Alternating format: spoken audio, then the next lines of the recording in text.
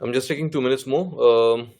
Since I've started this session right now, let's give some time to everyone join, to people to join.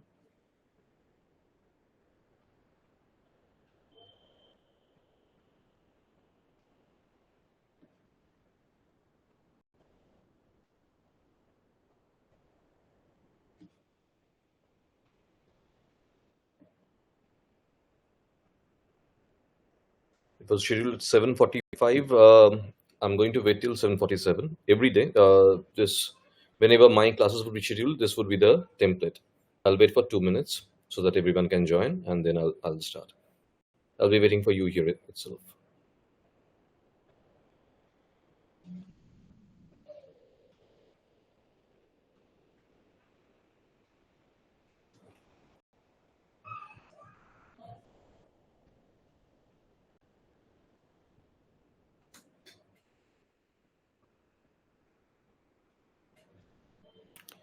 Good enough. I've waited for 2 minutes. It's 7:47. Let's start with the session.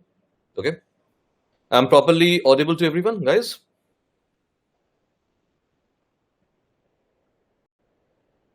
Someone please give me a thumbs up or whatever indication you can to let me know that whether I'm audible or not, please.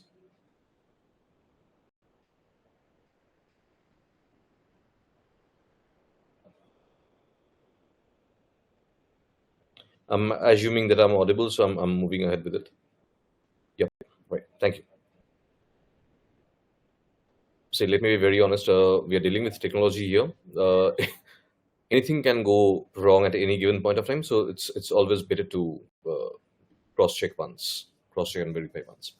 Now, the topic that we have in hand today: international relations and Indian society. I'm going to start with international relations first. Okay. What is international relations? Relations, the term.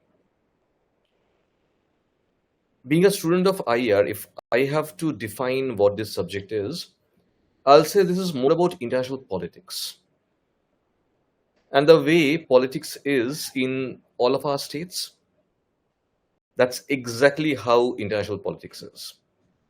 See, the countries are no different than that of the human beings. The countries are also run by human beings only, right?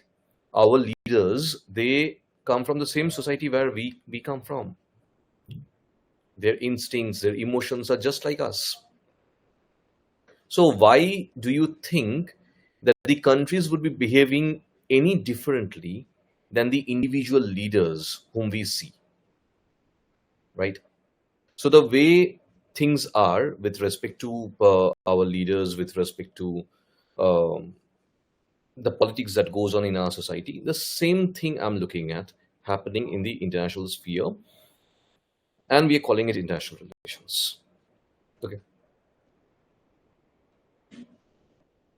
Say for example, if I have to define, if I have to substantiate, prove my point that why am I saying so? What's wrong with me? Why am I saying that? Okay, this is essentially international politics, and it's as crude as possible. Let's look at the present ongoing war that we are looking at, say US-Iran war or US-Iran conflict, whatever is going on right now, right? I was hearing one statement by one of the American senators, US senators. Achha, firstly, do we have any idea about this? Sorry, do we have any idea about this ongoing US-Iran war? Right, for last few months, it's going on. The former leader of Iran has been killed. His son Mustafa Khomeini is right now the supreme leader of Iran. Iran has lost quite a few senior leadership, but at the same point of time, US also endured quite a bit of loss. Right, this war has not been one-sided, unlike the previous experiences of the American armed forces. This was not a cakewalk for them, and obviously, if I look into the things properly, they had to endure quite a bit of loss this time. What's happening? Practically, what I'm looking at is, for the Americans, they're looking at one of the obstacles. in the form of the leadership of the Shia community, because they know if they can remove Iran,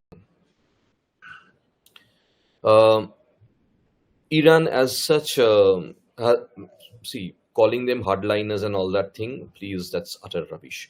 Who's not a hardliner? Is Mr. Donald Trump not a hardliner?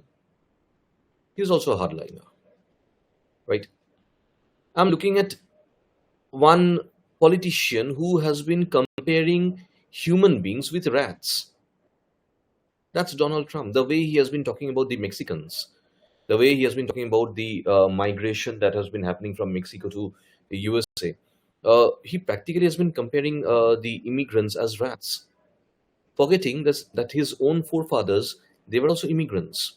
Maybe they were Scottish immigrants, white in skin color, but they were also immigrants from Scotland, either Scottish or Irish, right? But that's what I'm looking at. So is he not a hardliner? He's also a hardliner. Okay. So don't think of the Iranians to be some exceptionally hardline people or the Iranian leadership or something of that sort. No, they all are just the same. Okay.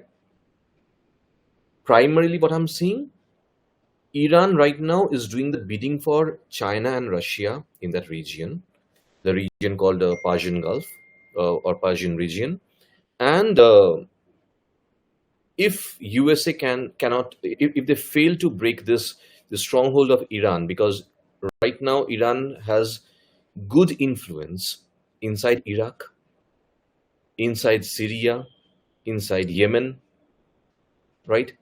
All these countries I'm naming. In Iraq, majority of the population, they are Shia. They don't look at Saudi Arabia for leadership, for guidance. They look at Iran, right? And the present democratic government, they are for them the majority vote bank. They are the Shias. So naturally, the policy in Iraq as well is highly tilted towards the Iranians. Syria, again, I'm seeing USA tried a lot. They tried to prop up some of the even terrorists, but what happened? Those terrorists, they turned against US itself. Islamic State initially, I don't know whether you've heard about Islamic State or these particular terrorist organizations in Syria. They were actually propped up by the Americans initially. In fact, this Baghdadi, the leader of Islamic State, he was seen. There are quite a few photographs of him meeting with the American officials and so on when the Saddam Hussein regime was there, and they were trying to dismantle the Saddam Hussein regime in Iraq. So initially, the Americans, they tried to support these terrorist elements so that they can be used against the Syrian government. Firstly against Saddam Hussein and then against the Syrians. But ultimately, that man turned to be a bigger threat for the Americans. Anyway, so no one is playing clean here. No one can say that my hands are clean. I do not have blood on my hand or something like that. So no, they all are playing the same dirty game. Okay, and what I'm seeing, 2-3 objectives the Americans have. Number one, if they can dismantle the Iranian regime, the oil wells of Iran will come to their control. That's point number one. So they'll be able to control good amount of flow of oil or hydrocarbon in the international market. Number two, removal of Iran would mean that a good area would come under the geopolitical influence of the Americans, starting from Iraq to Syria to Yemen. In Yemen, the tribal community who are in power right now, who have grabbed power, Houthis, they're Shias, essentially. So they also look at Iran for guidance. I hope you realize that I'm keeping on talking about Shias. That means there is a group among the Muslims called Shias, right? Yeah, true. And please try and understand, just like any community, just like any religion, in Islam as well, there are so many different sects, so many different cults, right? Here I'm looking at a sect called Shiitism. Essentially, I'm looking at Islam being divided into two halves, Shias and Sunnis. There are others as well in terms of sects, say Sufis, Chistis, and then there are cults as well, say Wahhabis. Amir Abdullah Wahhab, one of the preachers, religious preachers in Saudi Arabia, following his ideology, the Wahhabism or Wahhabi cult that also started growing up. So Islam is also divided into various sects and cults, just like any other religion, whether that be Christianity, whether that be Hinduism, whether that be Sikhism. I don't care. Because that's how the nature of any religion is. That's exactly what happens. Say if I talk about Christianity, I'm looking at Protestants, Catholics, right? Protestants, then they are divided into so many different groups. Say the Protestants of England, they follow the Church of England, led by the Archbishop of Canterbury. There are Protestants elsewhere as well, right? German Protestants, they don't follow the English Church, the Church of England. They have their own church. They're also Protestants. Even the Catholics, if I may talk about the Catholic Christians, say in India, I'm looking at CNI or CNS. Similarly, if I look at the Catholics elsewhere, I'm finding the Greek Orthodox, Russian Orthodox, Syrian Orthodox, Coptic Christians, so many sects and cults, right? Any religion, even Hinduism, similarly, the discussion will go to a different direction. Let's not do that. Let's come back to what we are essentially discussing. So this way, I'm looking at one particular sect in Islam called Shias and their top leadership. Essentially, the Shias, they follow Iran and its supreme leader. Today, it's Mujtaba Khomeini, the man whom they follow, right? Worldwide, wherever you go, if you're looking at Shias, this is the person that, whom they're following, or this is the path that they're following, right? So what happens if the Americans can remove Iran or the present Iranian administration or the authority? They can very easily have control over the Shias across the world, and that would be a good geopolitical stronghold for the Americans. And then Iran right now is also doing the bidding of China and Russia in Persian Gulf region. So if they can remove Iran and the present leadership, that will actually entail into dismantling one of the strong players of the Chinese and Russian side, right? So essentially, I'm looking at these three factors, which is driving the American intention and the American motive. Clear? So it's as crude as that. And for this purpose, these people, these leaderships, they can go to any extent and sacrifice n number of common people. So please, when you're studying international relations or international politics, don't try to talk to me about ethics or morality. No, there's none. I'll be looking at crude politics where power grab would be the primary concern. And that's how international relations or international politics goes on. Okay, power, control over power or yielding power, right? This is what I'm looking at. So question is how to approach international relations. I have two questions here actually hidden in one. One is how to approach international relations, and the second one is how to approach international relations for civil services examination. Recently, the syllabus of Nagaland State PCS has also been changed. Farid Sir has shared the syllabus with me. I went through the syllabus. It's exactly in line with civil service examination as prepared by UPSC, the UPSC syllabus that I'm looking at. So I'll come to these 2 points. First, to start with international relations, and this is irrespective of whether you're a student of a PSIR, Political Science and International Relations, or you're studying international relations for the sake of GS. This is true for both of you. When you start preparing or start studying international relations, the first thing you should be looking at is location. Please have a map or an atlas ready in your hands. You're going to need it. Okay. So that's the first and foremost thing, a map or an atlas, because location matters. Say, this Great Nicobar project, which government of India is moving ahead with. Why? Let me be very honest. Great Nicobar project is having its environmental impact, no doubt about it. Anyone can say anything, but at the end of the day, we are doing good amount of damage to the environment. I cannot deny this. Then why is the government moving ahead with this? Simple question. The answer to this is, if you look at the location of this Great Nicobar project, okay, Andaman Nicobar Island Group, exactly through the middle of this island group passes a shipping channel called 10-degree channel. Okay. 10-degree channel is the mouth of Strait of Malacca. Now, why that matters? Strait of Malacca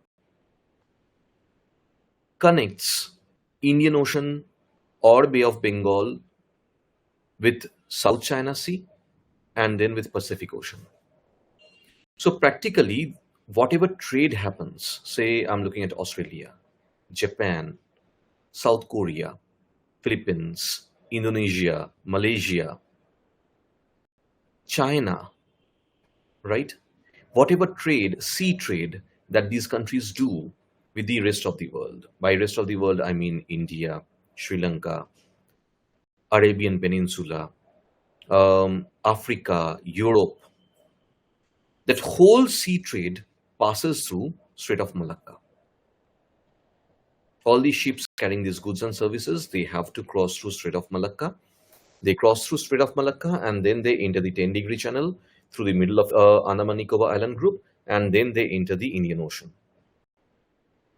So you tell me about the advantage of that 10-degree channel or Nicobar group that we have, and why do you think that Government of India is building this project, which would be having both civilian purpose as well as military purpose, right?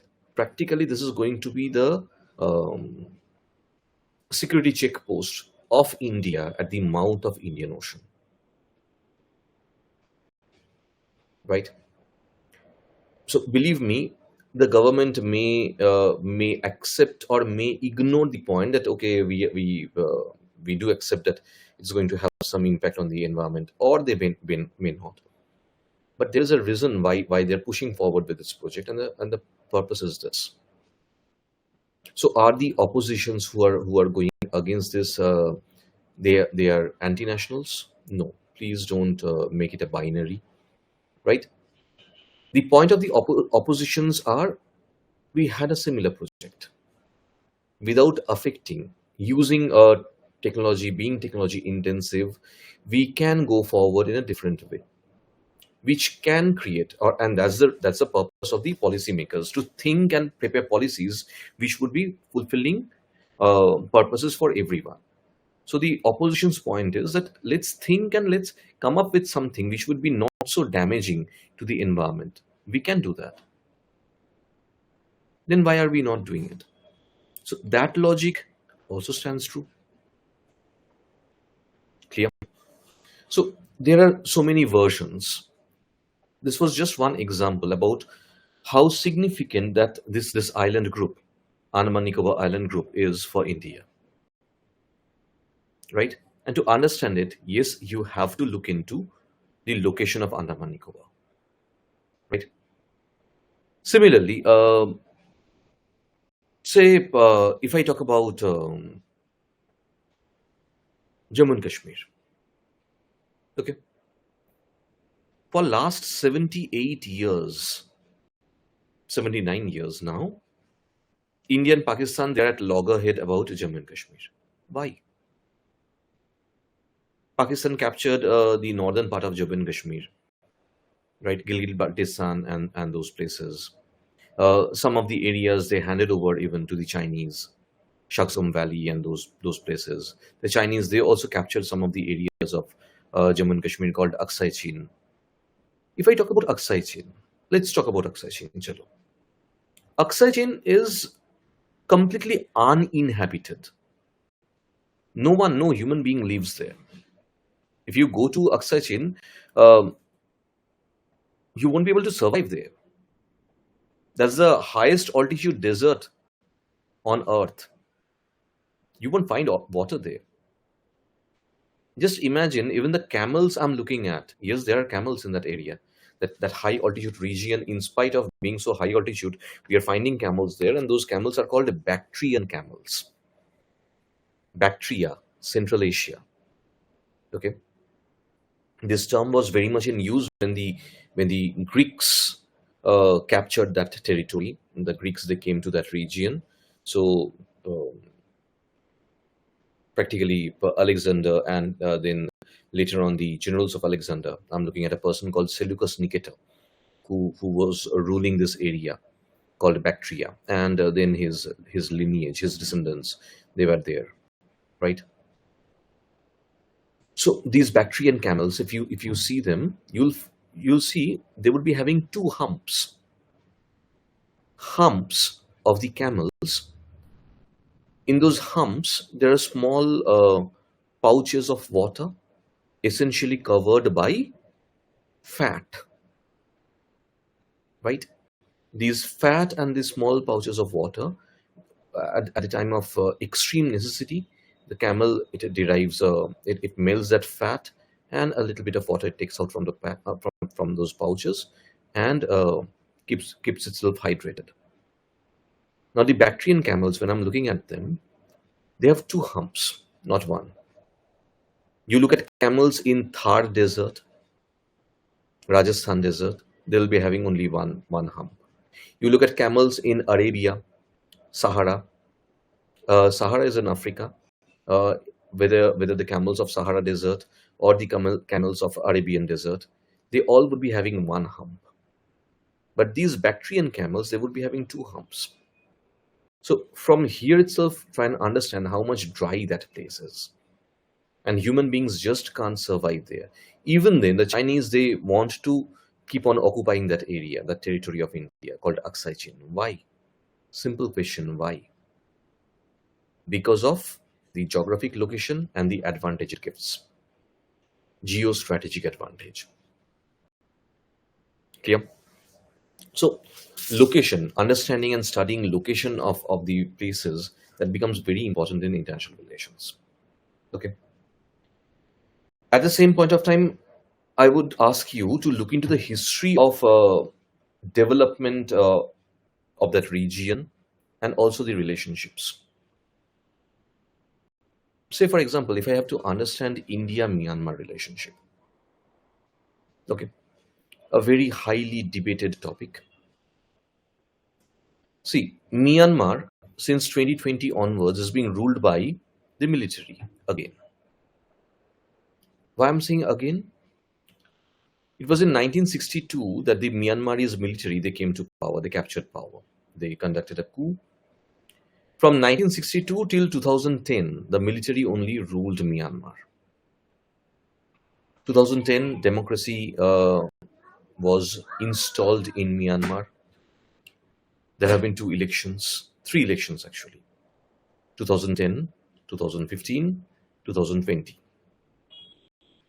In November 2020, again we saw the military to recapture power in Myanmar. Okay.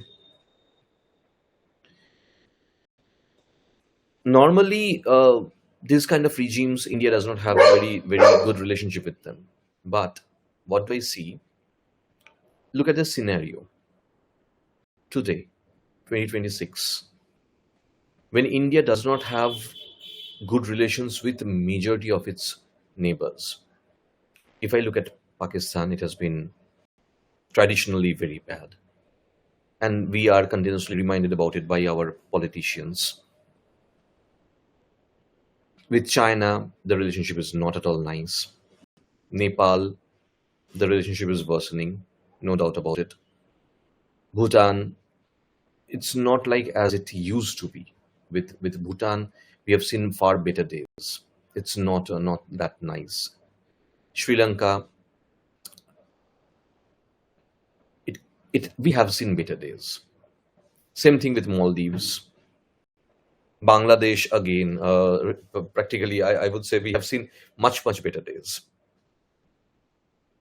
In this condition, Myanmar is the only country with whom we have a stable relationship. I won't say very nice or very good, very comfortable kind of relationship, nah, but stable relationship, right? Why? Simple question, why? To understand that, we have to look at the development in the region. I would like to remind you, I hope in this class right now, uh, number of you are from Arunachal Pradesh, number of you are from Nagaland, quite a few of you might be from Assam, some of you might be from Manipur, right? I hope you know this. India has not been partitioned only once. Now, if I look at the Britishers partitioned India on two occasions, 1937 and then 1947. We in India talk about the partition of India of 1947 only. Why? Because two of the larger communities got affected, Bengalis and the Punjabis, right? And that's the reason we only talk about the partition of 1947. But India was also partitioned in 1937. In 47, India was divided into India and Pakistan. The erstwhile India was divided into India and Pakistan. Pakistan had two parts, East Pakistan and West Pakistan. East Pakistan would gradually become Bangladesh over time. But in 1937, India was divided between India and Burma. Before 1937, when I'm looking at British India, Burma was part of it. And do you know what happened? I'm looking at one of the minority communities of India, Nagas. They got divided into two halves. Yes, good amount of Nagas, they live in Myanmar. They live in Burma. People in Delhi may not talk about it. Our policymakers may not talk about it. But personally, if I talk about me, myself, I'm a Bengali. My community has undergone such a painful partition. How can I fail to appreciate this? Right? I am looking at Naga population living on this side of the border. Majority may be on India's side, but nearly 40% living in the Myanmar side. That too is true. Clear? So this way, and not just the Nagas, I'm looking at so many other communities as well. Okay, so this way, yes, I am looking at the history impacting my present. Whatever is happening today, please try and understand. I'm saying that international relations is all about international politics. This politics that is being played today is based on the history of yesterday. It has its root in that history. So if you truly want to understand what's going on right now, you have to look at that history. And we will be doing that in the class. We'll try to understand what has been happening, what has been going on, how things happened. To err is human. Please try and understand it. No single human being who is trying to work, right, may make everything right. No, it's not possible. We are human beings. To err is human. We would be making mistakes. Do you know who does not make mistake? The person who does not work at all. If a person is working, high chances he would be making a few mistakes, for sure. Let us appreciate those mistakes. Let us also appreciate the good things. But for both of those things, we have to look into history. We have to study history. We have to understand history. Clear? So, with respect to preparation of civil service examination as well, these are the two tools I would suggest. You want to appreciate what's going on right now? Look at the history a little bit. And you'll get to know what's happening. Why those things are happening. Okay? Even I may also talk about the Rohingyas in Myanmar. Okay, but right, it'll become too lengthy a discussion now. In any way, I've lost a good amount of time. I've lost 15 minutes there. So let's restrict our discussion in that sense. So if I have to talk about the tools which are going to help us, number one is map. Number two is deep understanding of the historical process and impact of that historical process on the present days. These are the two tools I'm going to employ. Now, let's look at the syllabus that has been given to us by UPSC and also Nagaland PCS, right? The syllabus of international relations. That syllabus consists only of 4 lines. India and its neighborhood relations, the first line. And I'm pretty sure, since I have only the syllabus of Nagaland PCS, I'm reading from there. And of UPSC syllabus, as I've told you, that it's also the same, right? I do not have the syllabus of Assam State PCS or Arunachal Pradesh, so maybe in that sense I'm making some mistake, but I'm pretty sure the syllabuses would be mostly in line with these, right? So if I look at the syllabus of UPSC or the syllabus of Nagaland PCS, the first line is India and its neighborhood relations. Okay. Second, bilateral, regional, and global groupings and agreements involving India and or affecting India's interest. Groupings like, say, SAARC, BIMSTEC, relationships with groups like ASEAN, etc. Right? Next, effect of policies and politics of developed and developing countries on India's interest, Indian diaspora, important international institutions, agencies, and fora, their structure, mandate. Clear? So this is the syllabus that I'm looking at. Believe me, this is nothing. The syllabus that has been given to us by UPSC and Nagaland PCS is nothing. Okay, we have to break it down.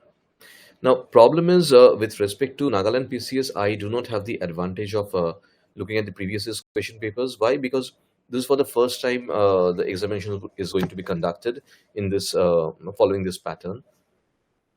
But I do have the advantage of looking at UPSC's previous year's questions, right? If I look at those questions, those previous year's questions of UPSC, they give me a good understanding of what kind of syllabus I'm going to look at. I will be looking at some 20-25 countries with a host of organizations, agreements, institutions, but primarily keeping India's interest at the center. So if I'm going to study India's relationship with China, I would try to understand what's going on, what are the internal processes going on in China. But my primary concern would always be how India can derive advantages or benefits from those processes. If I'm looking at Japan, my concern would always be how the Japanese government, how much value they give to India and how they are looking at India. Instead of bothering about what's going on inside Japan, how the Yakuza is trying to control the internal politics of Japan, or if I talk about South Korea, how much the K-drama and the K-pops, whatever God knows they're doing, I'm least bothered about those things. But rather, whether South Korea, and how is South Korea significant from India's point of view, whether we can have any advantage by this relationship or not. Clear? So that's how the syllabus is going to be prepared, and that's how we are going to proceed. This is what I'm looking at essentially. So this is how I'm going to decipher the syllabus, and again, my primary basis or primary tool that I'm going to use in my process of study, the two I've said. Number one is location, understanding the location and its significance, and then also the historical process behind. Clear? So this is how I'll be moving forward. By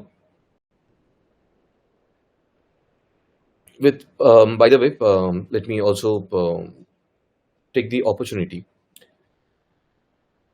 See, I have said that this is for the first time I'm looking at the syllabus change in Nagaland. If I look at the previous year's questions, mostly I'm looking at 2 markers, 5 markers, 10 markers, 20 markers.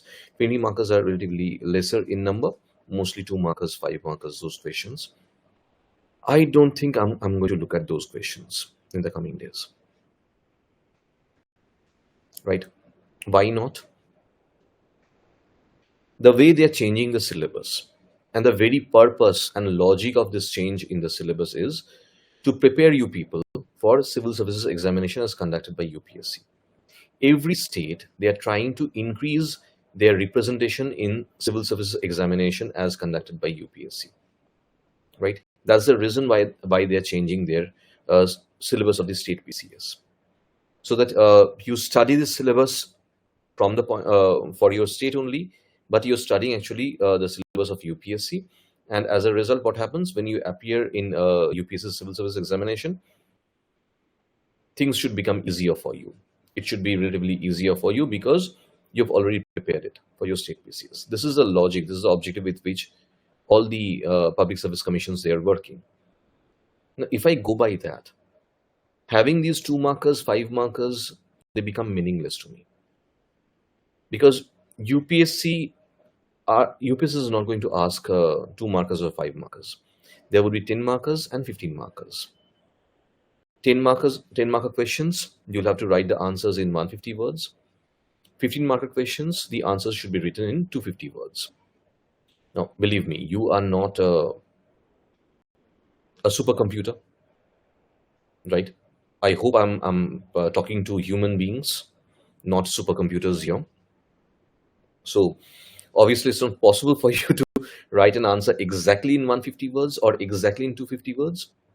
Yes, there is going to be a range, plus minus 10%. So a 150 word answer means you're supposed to write the answer in between 135 words to 165 words. Similarly, if it is a 250 words answer, you're supposed to write in between 225 to 275. Right? The word count should not be less than 225, should not be more than 275. That's the range that's given to you. Okay. So my opinion is it's better for you to start preparing in that pattern, because this is the logic with which they are changing the syllabus. And if they're changing the syllabus to make you better prepared for civil services examination of UPSC, there's no reason for them to have those 2 markers, 5 markers anymore. So obviously I'm going to change in the pattern of the questions as well, right?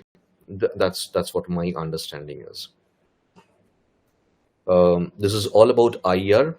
Now I would like to open up this session for you. If you have any doubt from international relations, please ask, and then only I'll be moving forward with Indian society and social justice. So anyone, any doubt, please.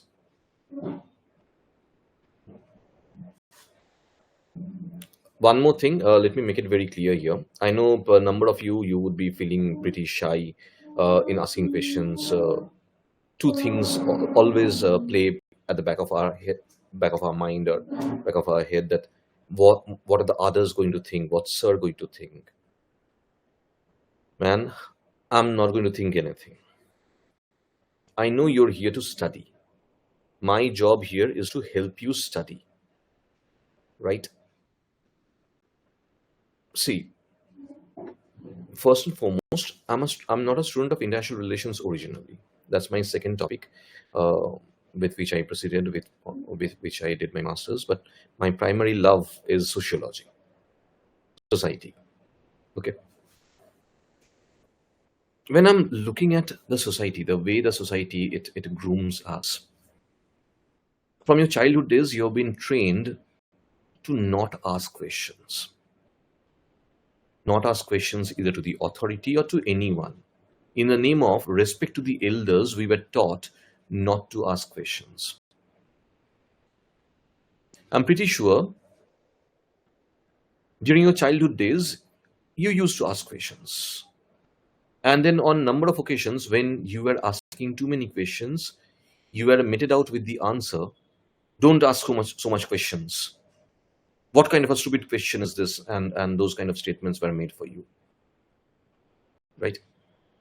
People may have scolded you outrightly. Do you know why?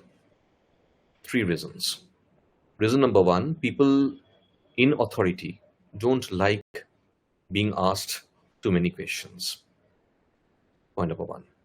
Point number 2, the person whom you were asking questions, maybe that person did not know the answer at the point of time. It's very difficult even for teachers to say that I don't know. Okay. So it's better to scold the students instead of telling them that I don't know. That's what they have been doing. And number 3, maybe the person whom you asked the question, maybe the person knew the answer, but was not in the right frame of mind at that point of time. Okay. All the 3 possibilities may be true or are true. Okay. So yes, from your childhood, as I'm pretty sure you have been told not to ask too many questions, or your questions are stupid questions. Believe me, none of the questions are stupid. They do matter. And to me, I would love to have your questions. So please feel free to ask any question that you may have. Obviously from the subject, not beyond. And obviously on from politics. I know I'm dealing with a topic which is very close to politics, but I'm really scared of it. Any question, anyone? No?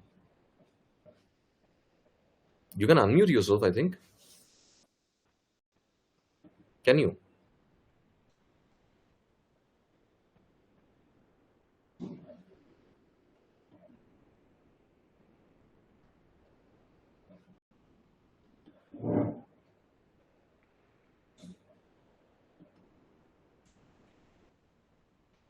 I don't think we have the option, or rather, I have the option to unmute you people.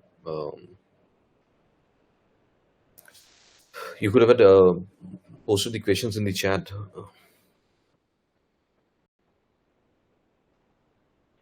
Chalo, not an issue. I'm starting with the next topic. That's Indian society. But obviously, I'll be looking forward to your questions. Right? Please try and understand. A class for me is a two-way process. Okay. In fact, I would love to see your faces as well. This one-way mode of communication is never very comfortable for me. I'm not a teacher who likes that thing, but anyway, that's the setup that we have got here. So we have to. I think I'm getting questions from Yasmin ma'am. Okay, you people can only type as Yasmin ma'am said. So please feel free to ask me in the chat, guys. In the meantime, I'm starting with the next topic as well. Right? You can surely ask your question in the chat. I'll say it from there and I'll answer you. Okay. Now, as for Indian society and social justice, see, the syllabus that you have in your GS mains paper 1, that's the syllabus of Indian society, which reads practically it's divided into 4 sentences, 4 pointers, bullet pointers practically. Salient features of Indian society, comma, diversity of India. Number 2 would be role of women and women's organization, population and associated issues, poverty and developmental issues, urbanization, their problems and remedies. Okay. Third bullet point would be effects of globalization on Indian society. And the fourth bullet point would be social empowerment, communalism, regionalism, and secularism. Okay. This syllabus, it has been given by UPSC as well. It has been given by Nagaland PCS as well, Nagaland Public Service Commission as well. But see, you won't be able to understand this syllabus unless and until you look at paper 2. That's the beauty. It is only in paper 2, if you go for the polity paper, where social justice, the concept of social justice is given. If you look at it, then only you'll be able to appreciate why this syllabus has been prepared for you. Practically, in this GS mains paper 1, you have been given the problems. And the solutions of these problems are given there in paper 2, in social justice. Whatever solutions which are there in our constitution or in the legal framework, those solutions are given there in the paper 2, social justice. That's why the syllabus is Indian society and social justice. Now, if I make it that way, if I look at the holistic syllabus, what I find, the syllabus is considerable, and I'm looking at topics like salient feature of Indian society, obviously, but this very point, diversity of India and all, right? What does that mean? It means the notion of plurality. We all are Indians at the end of the day, but at the same point of time, we do have differences, and let's appreciate that those differences. There's nothing wrong in being different, right? Who told you that everyone has to be just the same? No, there's no reason for that. Clear? So I'm looking at that notion of plurality. At the same, so yes, even this pluralism is one of the salient features of Indian society, and that's why those two they were mentioned together. Role of women and women's organizations in India. Obviously, please try and understand whatever this society is. Maybe there have been an approach which taught us that okay, we essentially need to look at the history created by the men. Women, without them, we would have had been God knows what. I don't know how many of you would appreciate her, how many of you would be renouncing her. I don't care. I'm looking at a 13-year-old girl from Naga Autonomous Hill District of India called Rani Gaidinliu. Her name was Gaidinliu. The epithet Rani, Queen, was given to her by her lawyer who defended her, who fought for her in the courts and could commute the life sentence, Pandit Jawaharlal Nehru. Right? Without the likes of her, I don't know what kind of society this would have been. Let's appreciate them. Let's learn to appreciate them. Okay? So yes, obviously we need to understand about them. Right? Rani Gaidinliu was just one figure. I'm looking at Usha Mehta, Aruna Asaf Ali. Her actual name was Aruna Ganguly. Aruna Asaf Ali, and so many, right? Then I'm also looking at discrimination against women in India, the way they are discriminated, right? If on one hand, they are the ones who practically helped shape our country.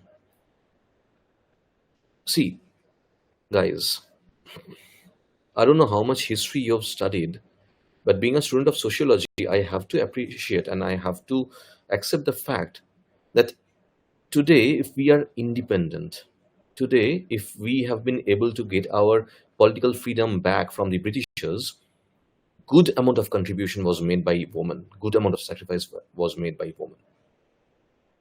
Without them, it won't have been possible. Whomsoever you are. Clear? So, obviously, but in spite of all these things, the way we discriminate against them and the way they're subjected to violence. So, if on one hand I'm looking at a role of women and women's organization, I'm also looking at discrimination against women in India. That will be topic number 3. Then topic number 4, violence against women in India. And then topic number 5, women's rights. So I hope you realize how in paper 1 I'm looking at the problems, role of women and women's organizations, discrimination, violence, and the rights, the remedies are given in paper 2, social justice. Similarly, population and associated issues. You may feel very proud that we are the most populous country on earth with 148 crore population. Man, we are putting the rabbits to shame. Even the rabbits might be feeling ashamed ki, okay, look at these humans and what God knows what they are doing. Okay, that's what we are doing essentially. So let's appreciate that fact as well. So here comes population and associated issues. Right, half of our problems lie in our population, in the size of our population. Right. Similarly, urbanization in India and associated problems. The urban centers in India, we call them urban centers because as per definition they are, as per the Indian definitions they are. But look at the quality of life that we have in our urban centers. Okay. Anyway, next I'm looking at communalism, regionalism, secularism. I'm pretty sure you have heard about these terms again and again. Right. Then comes the effect of globalization on Indian society. Similarly, issues related with children and child rights in India. Right. See, you people, you might be Gen Zs, but the Gen Alpha is already here. They're even younger than you. Okay. And those Gen Alphas, they are your future as well. Okay. Next, I'm looking at the rising rate of juvenile crime and juvenile justice in India. That too should be appreciated. Next comes the social empowerment of the backward castes and classes. Whether I talk about the scheduled castes, scheduled tribes, need to look at them. Then comes the Divyang, persons with disabilities and their social empowerment. And lastly, the LGBTQ and empowerment of the third gender. Right?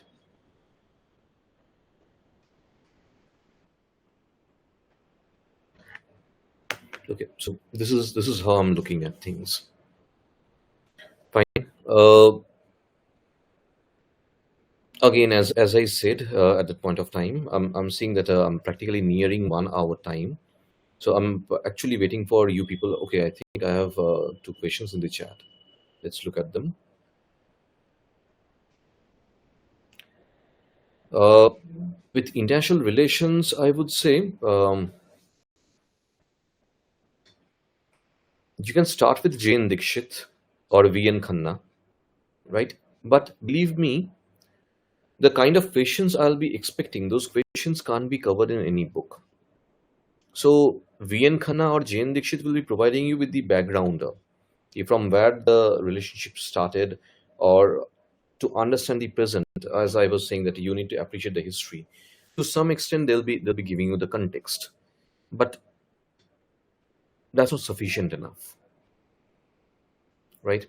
Say if I have to understand the Kashmir issue, as I was saying, I have not seen any book covering the issue holistically. To understand this issue, say the interest of the Chinese into this play and everything, you have to go back to 1840s, and none of the books would be going there. Okay, so this is the challenge that I'm looking at. That this is the reason why with respect to preparation of civil service examination, we can hardly recommend you books. Okay, but yes, VN Khanna can provide you some context here. And um, India's Handbook to International Relations, Oxford publication. That's also a very good book, but costly one, very costly one. The Handbook of Routledge publication is rather easily available, freely available online. You can download that. Okay. What is the national interest? Okay. I said international relations is all about international politics. Why would you be doing the politics? Why do you think our political leaders they get into politics? Whichever state you come from, I'm not bothered about the name of the state. Just tell me the chief minister of your state or the other ministers. Why do you think they got into politics? They got into politics for not just to serve you. Obviously, they are there to serve you, but at the same point of time, they do have some vested interest as well. Dear, please, charity begins at home. Okay, don't think that that the political leaders they have all taken, they have joined the church and they have joined the fatherhood. They have become fathers in various churches and they have sacrificed their life in the name of the society. No, man, please. Right? None of them. So, or they have become sadhus and Peer Darvish or whatever you may consider. No. So they have their own petty interest. The same thing I'm looking at with respect to India. When India is engaging in international politics, when India is engaging with China, when India is engaging with USA, it is always with the interest of the country in mind. How to protect us, how to protect our interest, how to take advantage of it. See, India's diaspora means those people who previously were in India or are from India, but for one reason or another, they have moved out of India. That can be because of, say, the exodus that is happening even right now, right? I was looking at a figure, fact and figure of 2024-25. In this 1 year, some 4,500 ultra high net worth individuals, right? People having 1,000 crores and above have left India for other countries. They are also Indian diaspora. But at the same point of time, I'm also looking at those people who have been living in other countries since the time or since the period of the British Empire. High chances the Britishers took them out as indentured laborers. Say, if you go to Malaysia, you will find a good amount of Tamil people there. What are the Tamilians doing in Malaysia? They were taken by the Britishers to work in the plantations in Malaysia. When slavery was abolished in Europe, right, Britishers were the biggest beneficiaries of slavery. When slavery was abolished in Europe, they started capturing the Africans and taking and selling them in America. They kept on doing this. Yes, there is no denying of this fact. They have been one of the most crude people and whatever they are. They have been doing this. But when finally they had to stop slavery, what did they do? They resorted to indentured labor system, where poor people from India, from Tamil Nadu and from Bihar, they started taking them to other countries. Say, good amount of people from Bihar, they were taken to Mauritius, to Seychelles, to Caribbean islands. If you go to Mauritius, one unique thing I would like to tell you, you know, if you go to Mauritius, the Mauritians, they don't know English. They can't speak in English. In Mauritius, you can very easily speak in French or in Hindi. The Mauritians know Hindi. Why? Because majority of them are from Bihar, erstwhile Bihar. Chapra and those places, from there, these people, they were taken. In fact, in Mauritius, one of the largest festivals is this Chhat. the festival of Bihar. That's one of the largest festivals of Mauritius. Similarly, if I'm looking at Caribbeans, I'm finding Indians there as well. Um, During my time, there was one particular player called Shiv Narayan Chandrapal. Right now, I came to know that his son is playing for West Indies cricket team. So I'm looking at these people, right? So there, I'm looking at the diaspora. Okay, America. I'm finding people like Bobby Jindal, Tulsi Gabbard, Nikki Haley, right? What are they doing? Who are they? They're people of Indian origin. Then what are they doing in American politics? They're people who were born in that country and they're part and parcel of that society today. But essentially, they're part of the Indian diaspora, right? So this is how I'm looking at things. Okay, so they are the diaspora people. In simple words, they are the diaspora people. Okay, so with respect to starting of the classes, acha, I need to elaborate a little bit about Indian society and social justice here. See, where the beauty lies of Indian society and social justice, this is practically one topic which would be helping you understand how and why our constitution was framed, the various provisions of constitution, why those provisions were brought into effect. At the same point of time, the society that we are building today, right? The vision that we have, the grand dream that we have. I'm pretty sure you people have gone through the preamble of the constitution, right? Which starts with the words, "We, the people of India, having solemnly resolved to constitute India into a sovereign, socialist, secular, democratic republic, and to secure to all its citizens," and then it goes on, right? Essentially, preamble is a grand dream. Why the framers of Indian constitution, they saw that dream? How much we have moved closer to achieving that dream? And what all aspects, in which all aspects are we lacking behind? That's what this topic is all about. Indian society and social justice. Now, let me be very honest. Yes, we have not been able to build a heaven. It's not a heaven, but it has the potential to become a heaven.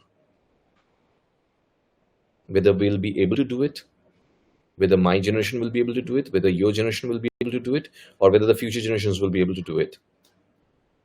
To understand that and to appreciate the reality, that's where this topic comes.